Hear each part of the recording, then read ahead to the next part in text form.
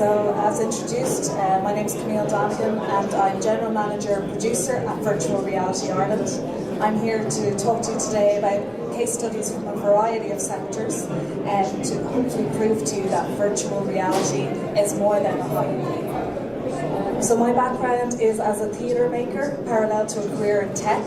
So I was a programmer by day and an actor and theatre maker by night. And 3 years ago, I discovered virtual reality. I'm going to talk you through my first VR hit, but before I do that, I'm going to contextualise some of the buzzwords that you hear and to differentiate between augmented reality and virtual reality. So you have probably seen these, maybe even there's a few around today at this conference. This is the Google Cardboard, which we also call the gateway drug. And in it, you pop your phone in it and you can look around a 360 video and it gives you an interesting experience, a little bit better than a 2D video experience. The Samsung Gear that's beside it, and also the Oculus Go, which is a game changer for the industry at €250. The Samsung Gear came in at about €1,000, and that's known as a mobile VR solution or a 3 degrees of freedom solution. And when we talk about 3 degrees, what that means is that the user, it's primarily a passive experience and things are happening around the user. There can be some interactivity, usually with the Oculus Go controller, or on the Samsung Gear there's a tap interface on the side, which feels like 5 years ago now at this point. But that's a 3 degrees of freedom solution. Then we have the big boys. We've got the Oculus Rift and the HTC Vive, which is a 6 degrees of freedom solution. And the difference with that is that you have sensors placed around your physical environment. You've got trackers on the headset and on your controllers, and as you move around in the physical space, the simulation that you're in reflects that movement and adjusts accordingly. So you feel much more immersed, much more present in the 6 degrees of freedom solutions. Just to differentiate virtual reality from augmented reality, so the top two are virtual reality, where your visual and your auditory senses are completely encompassed in the medium. With augmented reality, you still see and hear your current, your physical environment, but some sort of media is augmented or added into your view. So made famous by Pokemon Go, which was, we're all very excited by that because it normalized augmented reality, and it's a lot more accepted in business context because of the success of Pokemon Go. And then we have mixed reality. So here we have the HoloLens. There's a few stands downstairs that are using the HoloLens, and it's very popular in manufacturing. And the difference with mixed reality is that those devices have a context for this physical world. So with AR, most augmented reality doesn't have context. It will just overlay a Pokemon anywhere. It might know where the ground is, that's about it. But with mixed reality, the first thing that happens when you put on a HoloLens is it will very nicely map your room that you are in. And it does this in like this really cool like polygon effect that you feel like you're in Minority Report. So it's literally like mapping room, and it maps the whole room, and then when it's finished mapping the room, tables, chairs, where all the furniture is, you can name it. So if I'm in my office, I can name this as Boardroom 1. And I can do something with that environment that will persist, and persistence is a key word with mixed reality. So on the HoloLens, that might be that I take one of the demo holograms, say the weightlifter, because he's always fun, and you can pop him on the boardroom table, and he's there doing his little sequence of his weightlifting, and then I can go away for 3 months, for 6 months, doesn't matter. When I come back into that same boardroom, I put on the same HoloLens, it will know I'm in boardroom 1, and my weightlifter will still be on the table. And that gives huge possibilities. That persistent anchoring and sense of contextualized presence of environment is huge. So why am I so obsessed with virtual reality? Well, basically this was my first hit. It was actually an art installation called Doghouse, and it was in the Science Gallery 3 years ago. And because of my background in theatre, when I was theatre and tech, when I was given a virtual reality headset and asked, which character do you want to be? I was already hooked. So I chose the father, and I went into the perspective of this gentleman at an awkward family dinner in Denmark, of all places. So through non-verbal communication, I could feel what my character was feeling, and this was revolutionary for me. I felt transported, I felt like I was in this guy, I felt empathy for him, and I could feel what he was feeling through non-verbal communication. The power of that really impacted me, and you'll see it reflected in the work that we're creating at Virtual Reality Ireland, mainly in the training sector. So we've got a lot of new words and considerations. I've talked a little bit about how 6 degrees of freedom headsets can immerse you more fully in that environment. So immersion, the deeper the sense of immersion in a virtual environment, the further away from the physical plane and real reality the user is. So as creators, we want to immerse the user deeper and deeper into the experience. And there's many factors and design considerations of how you can bring people deeper into immersion and presence in that virtual environment. Empathy I've already mentioned a little bit. Well, basically, virtual reality has been dubbed the empathy-making machine. We can transport somebody, there was a project from Chris Milk's company called Clouds Over Sidra. It was a humanitarian project. He brought that to the UN Economic Forum in Davos, and he put this film onto the economic leaders' heads. The film was called Clouds Over Sidra. And the economic leaders saw through the eyes of a 13-year-old girl in a Syrian refugee camp. And that particular project changed policies, changed hearts, changed minds, and was a huge fundraising tool for the UN. We have depth in virtual environments. We've never had that with a medium before.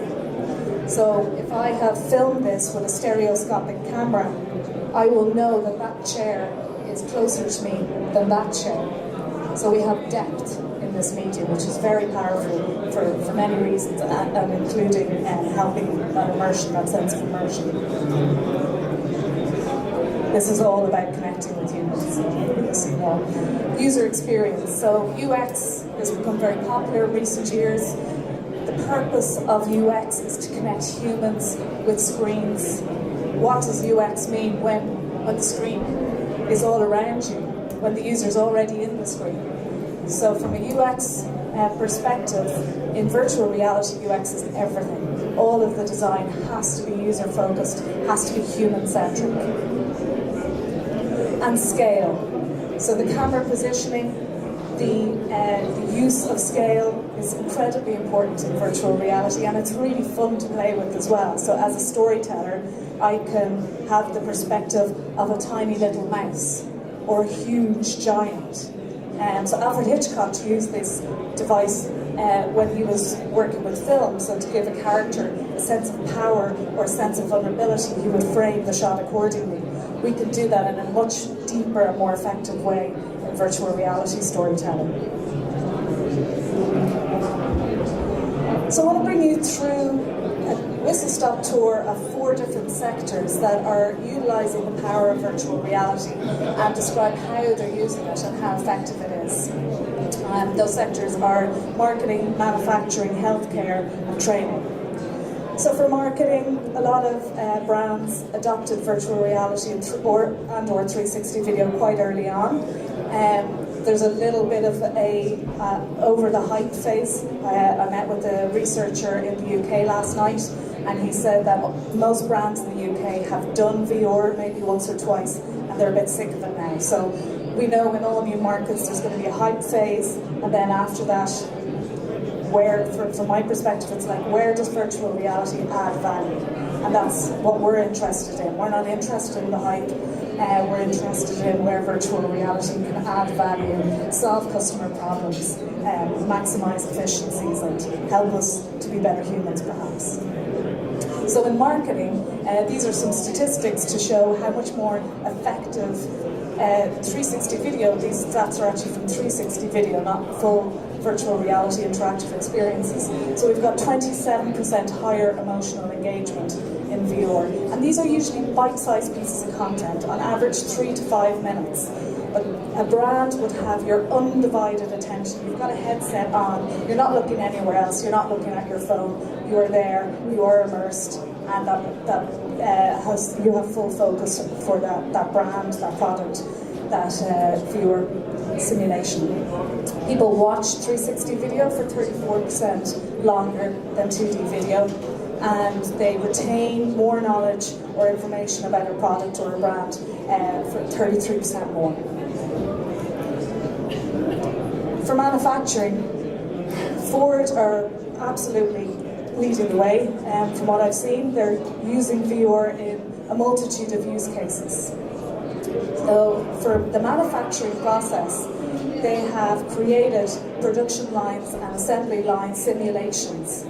They then got their staff to go into motion capture scenes and virtually act out how they work in the assembly line. And then they would redesign and reconfigure and streamline the process based on that data, based on the findings from how the staff were interacting with the simulation. This has also led to a 70% reduction in workplace injuries. So it's incredibly useful for safety, for improving efficiencies, for streamlining workflows in production.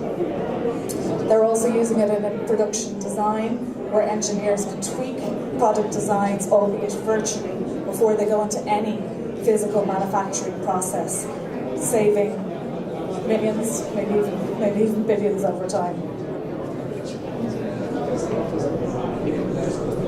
Virtual reality for healthcare. There are so many examples. I could do a 5-hour talk just on the healthcare sector alone and how VR and AR are transforming this sector. We're working with MISA, the Mercer Institute for Successful Aging at James's Hospital, and what we're working on with them at the moment is a virtual reality trial to be used with patients with dementia when they're being preparing for discharge from the hospital. And we're working with that notion of embodiment.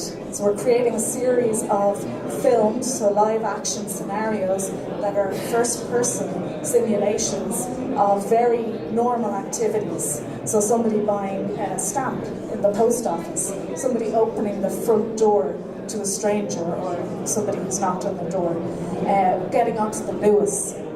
So we really want to help re-assimilate these patients into society in a safe environment where they can overcome the anxiety that they might feel about not remembering how to do these things or feeling uncomfortable having been in hospital for long periods. This project here is one so awe-inspiring. It was one of the reasons I wanted to work in this industry and want to continue working in this industry probably for the rest of my life. It's called the Walk Again Project, and again we're looking at this idea of brain hacking. So in the Walk Again project, paraplegics were put into a VR simulation for 1 hour twice a week. And in it, they used their gaze to control an avatar's legs. And for those of you who know something about neuroplasticity, the synapses in the brain started to reconnect, and some motor function started to come back. Every participant in this study has regained bladder control, which is huge for these paraplegics, and many of them are learning to actually walk again. And last but not least, virtual reality for training. So this is a piece that we created, again, a first-person perspective embodiment piece, where a new trainee coming into to a call centre, in this case FBD Insurance in Mullingar, can sit into a 16-minute simulation of the expert. So in this case, it's Regina Heffernan, who's been in the call centre for 12 years, and we basically cloned, embodied, simulated Regina's expertise and her behaviour. So how she talks to the customer, how she builds rapport, how she hits all the necessary compliance pieces, and how she overcomes objections and then achieves the sale. So what's brilliant about this piece, and this is from the client, not from me, is that we are able to reproduce, so this is scripted, approved by all stakeholders, and it gives that sense of consistency that's very hard to achieve in training. So new trainees come in, they do their usual classroom training, and then towards the end of their training they go through this piece, and it essentially hacks the brain. We've proved in the research that we are creating positive false memories in the participants, and what I mean by that is that participants believe that they have already achieved a successful sales call when they haven't yet in real reality. Last but not least, I just want to mention another training piece. So Walmart, you may have seen, have invested in 70,000 Oculus Go headsets, and they're going to be rolling out their training, which is also working with this idea of first-person perspective. Black Friday is one example. They basically created a theatre simulation of the craziness that Black Friday causes in Walmart. And so the staff can go into this simulation and get used to the craziness of that. And they're going to train 350,000 staff over the next 3 years using Oculus Go headsets. So they know, they believe, Walmart are investing heavily in this, as are many organisations, that virtual reality is more than a hype, and I hope I've somewhat proven that to you today. Thank you very much.